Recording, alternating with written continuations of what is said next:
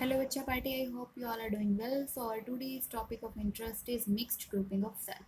So, basically, in this video, we will do the grouping of cells in a mixed way. Some cells are arranged in series and some are arranged in parallel.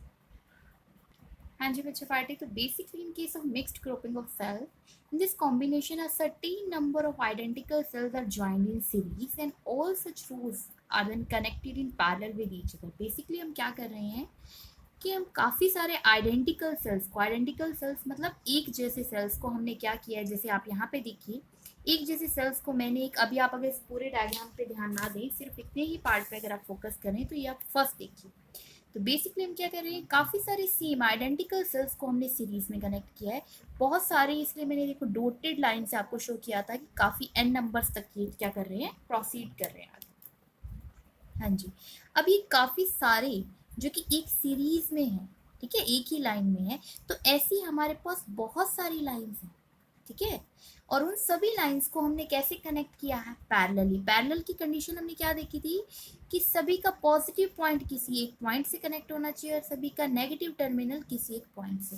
तो आप देखिए इन सभी का क्या है, जितनी भी यहाँ पे हमने एन सेल्स लिए थे सीरीज में थे और हम कितनी रोज ले रहे हैं, एम रोज, ठीक है, 1 2 3 ऐसे करते करते देखिए ये जो डॉटेड लाइन यही शो कर रही है कि काफ़ी सारी रोज जो चल रही हैं, कितनी रोज है, एम रोज है, और आपके हर एक रो में कितने सेल्स हैं, एम सेल्स हैं। और देखिए सभी का जो पॉजिटिव पॉइंट है, पॉजिटिव टर्मिनल है, वो एक पॉइंट से कनेक्टेड है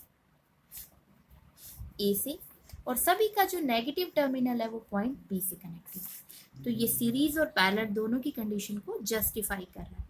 हाँ जी, देखिए टोटल नंबर ऑफ सेल्स आपके पास कितने होंगे, ठीक है, टोटल नंबर ऑफ सेल्स के अगर बारे में हम बात करें तो आपके पास कितने सेल्स बनेंगे। देखिए इसे समझने के लिए आप एक बार मैथमेटिक की टैबुलर फॉर्म पे जाइए। हाँ जी, मैथमेटिक की टैबुलर फॉर्म के लिए हम आपको छोटा सा एक एग्जांपल ले रहे हैं, जैसे आप 2x2 की मैट्रिक्स या कुछ भी लेते हैं।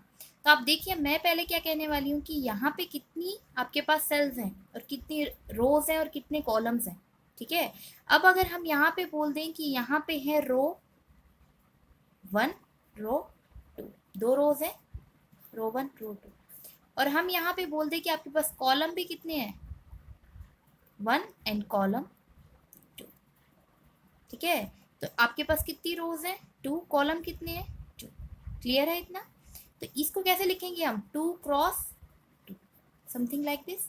अब हमने इस एग्जांपल में क्या लिया है, हाँ जी बच्चों पार्टी देखिए, तो हमने जो ली है इन सेल्स की, ठीक है, जैसे आप ले रही थी तो आपके पास थी एम रोज और आपके पास थे एन कॉलम्स, तो कितने सेल्स आपके बनेंगे, जैसे आप देखिए 2x2 में कितने बने थे, 4 सेल्स, ठीक है, क्योंकि आपके पास कितनी थी, 2 रोज और 2 कॉलम। अब आपके पास है M rows and M column, तो कितना बनेगा, M cross N, that is M N. तो आपके पास टोटल सेल्स कितने आएंगे, एम इंटू एन। हाँ जी, दैट्स वाई हमने यहाँ पे लिखा है टोटल नंबर ऑफ सेल्स कितने होंगे, M into N, that is, इसी को हमने क्या नाम दे दिया, कैपिटल एन। हाँ जी, ईच रो में कितने सेल्स हैं, क्योंकि एन सेल्स हैं, तो ईएमएफ कितना होगा, एन इंटू ई, क्योंकि सभी हर एक सेल का ईएमएफ क्या है, ई। ये देखिए यहाँ पे ना ये कॉमा शो किया गया, ना कि E1, so please make in your mind that it shows E. तो हर एक सेल का देखिए, फर्स्ट सेल का ईएमएफ ई, सेकंड सेल का ईएमएफ ई, ऐसे ही एन सेल्स का ईएमएफ ई है, तो हर एक रो का ईएमएफ कितना होगा, एन इंटू ई, ठीक है। As M such rows are connected in parallel.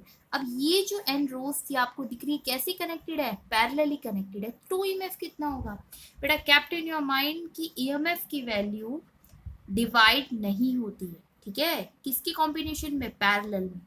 और अगर आप सीरीज में चलते हैं, सीरीज में था इसीलिए हर सेल के लिए ईएमएफ ई अलग अलग था, लेकिन अगर आप पैरेलली चलते हैं, अगर इस टोटल का ईएमएफ एन इंटू ई है, तो इन सभी का ईएमएफ मिला के भी एन इंटू ई ही रहने वाला है। पैरेलल में ईएमएफ डिवाइड नहीं होता है, करंट की वैल्यू डिवाइड होती है, तो आपका टोटल ईएमएफ एन इंटू ई ही रहेगा। टोटल रेसिस्टेंस कितना है एन सेल्स का, फर्स्ट का आर, सेकंड का आर, थर्ड का आर, तो देखिए सीरीज में अगर मैं बात करूं तो कितना रेसिस्टेंस हो जाएगा, एन आर। लेकिन अब ये जो सेल्स हैं, ठीक है, ये तो एक आपने क्या ली, सीरीज ली, लेकिन कितने रोज हैं आपके पास, m रोज हैं। अब m रोज में जो रेसिस्टेंस है, मान लीजिए फर्स्ट वाले का इस पूरी रो का रेसिस्टेंस कितना आया था nr, सेकंड वाली का फिर अगेन nr, थर्ड वाली का फिर अगेन nr, ऐसे ही m रोज का क्या हो जाएगा। अब ये कैसे कनेक्टेड हो गए, पैरेलली। पैरेलल में रेसिस्टेंस कैसे निकालते हैं, हमने नए रेसिस्टेंस का नाम यहाँ पे दे दिया है, दैट इज आर डैश। तो अब पैरेलल में रेसिस्टेंस हो तो 1 निकालते हैं। तो फर्स्ट वाली रो का क्या था एन आर, सेकेंड वाली का एन आर, ऐसे ही 1 में एन आर प्लस 1 में एम आर।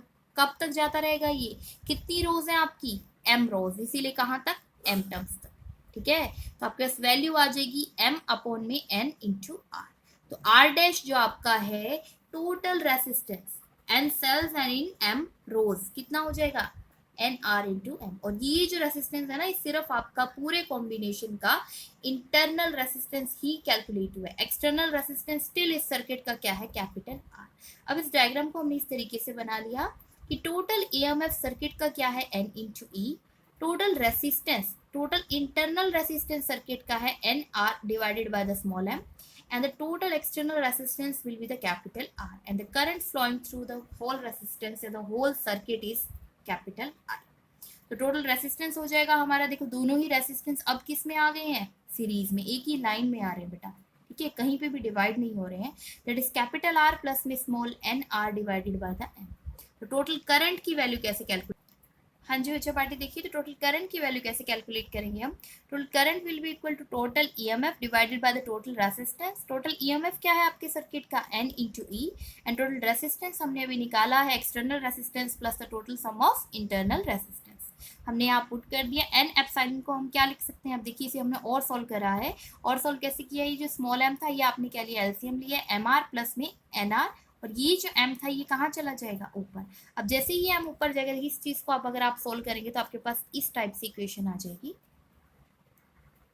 ठीक है, एंड दिस mn को हम क्या लिख सकते हैं, कैपिटल N। क्लियर है इतना, हाँ जी। अब आपके करंट की वैल्यू है which is equal to n into E divided by the m capital R plus में n स्मॉल r। अब ये करंट मैक्सिमम कब होगा, जब ये आपका क्या होगा, क्योंकि ये दोनों क्या है, इनवर्सली प्रोपोर्शनल। ठीक है, इसे ऐसे भी लिखा जा सकता है ना, ये जो अगर आप इस सिंबलाइज से देखते हैं तो क्या हो रहा है, एम आर प्लस में एन आर। तो करंट ये क्वांटिटी मैक्सिमम कब होगी, जब ये क्वांटिटी मिनिमम हो। हाँ जी, अभी इस क्वांटिटी को हम चाहते हैं मिनिमम करना। ठीक है, तो अभी इसके और फर्दर सिंप्लीफिकेशन के लिए हम एक फॉर्मूला लेने वाला है मैथमेटिक्स का, that is A square minus B square. हाँ जी, firstly understood the case that A minus B का होल स्क्वायर क्या होता है, A square plus B square minus 2ab। अगर आप यहाँ से इसको कैलकुलेट करना चाहते हैं, किसको कैलकुलेट कर रहे हैं, यहाँ से आप a प्लस बी के, ए स्क्वायर प्लस बी स्क्वायर को अगर आप एक साइड रखते हैं तो क्या हो जाएगा, a माइनस बी का होल स्क्वायर प्लस में 2ab। अब समझिए जो आपकी वैल्यू आपको मिनिमम करनी थी वो क्या थी, एम आर प्लस में एन आर। तो हम इसे ऐसे लिख सकते हैं, एम आर प्लस में एन आर को आप ए की जगह अंडर रूट एम आर अगर कंसीडर कर ले, बी की जगह under root N R consider कर ले, तो क्या ये फॉर्मूला यहाँ अप्लाई हो सकता है। हाँ जी, ऑफ कोर्स अप्लाई हो सकता है। देखिए हमें किस तरीके से इसे अप्लाई कर रहे हैं। तो basically this could be written as under root, अब यहाँ पे देखेंगे ए की जगह हम क्या रख रहे हैं, एम आर, माइनस में बी की जगह under root N R, two A into B under root M R plus N R. अब ये कब मिनिमम होगा, जब आपका ये वैल्यू क्या है, 0 हो जाए। ठीक है, अब ये वैल्यू 0 होने की कंडीशन से आपके पास कैपिटल आर जो कि एक्सटर्नल रेसिस्टेंस है उसकी वैल्यू आ रही है, which is equal to N R divided by the M, which means the external resistance is equal to total internal resistance of cell। ठीक है, क्योंकि हमने निकाला था ना इंटरनल रेसिस्टेंस जो सेल्स का, तो ये आया था। तो ये कब कंडीशन सक्सेसफुल होती है, जब ये दोनों क्या हो जाते हैं, इक्वल हो जाते हैं। और अगर ये वैल्यू 0 हो जाएगी तो आपके पास वैल्यू कौन सी बचेगी, सिर्फ 2 under root M N R into small R. तो आप इसकी जगह पे क्या पुट कर सकते हैं, ये वैल्यू। तो देखिए लास्ट आपका रिजल्ट था, लास्ट आपका रिजल्ट था current will equal to N E divided by the M R plus में स्मॉल एन आर। तो अब ये मिनिमम कब हो रहा है, इसकी जगह हमने कंडीशन निकाली है 2 under root M R N R. हाँ जी, देखिए फर्दर इसे सॉल्व करते हैं तो किस तरीके से कर सकते हैं। यहाँ से जो वैल्यू हमारे पास आई है m into N, M into N क्या होता है, कैपिटल एन। इसे सॉल्व करके हमारे पास फर्दर इक्वेशन आ गई that e by 2 under root N divided by the capital R and small R. तो एक्सटर्नल रेसिस्टेंस, ये इक्वेशन कब वैलिड हुई है, मोस्ट इंपॉर्टेंट है, जब एक्सटर्नल रेसिस्टेंस किसके इक्वल हो जाए, total internal resistance of cell. हाँ जी बच्चों पार्टी, तो इस पूरे के पूरे एक्सप्रेशन से एक बहुत ही ब्यूटीफुल रिजल्ट हमें ऑब्टेन हमने कर लिया है। क्या है वो रिजल्ट, कि अगर आप मिक्स्ड ग्रुपिंग ऑफ सेल करते हैं तो कब आपका करंट मैक्सिमम होगा। The current through the external resistance will be maximum if the external resistance is equal to the total internal resistance of cell. That means capital R की value किसके equal हो जाए, जो टोटल इंटरनल रेसिस्टेंस हमने sales का calculate किया था उसके इक्वल, तभी आपके पास जो करंट की वैल्यू है वो मैक्सिमम ऑब्टेन होगी. So this is all about the mixed grouping of cells.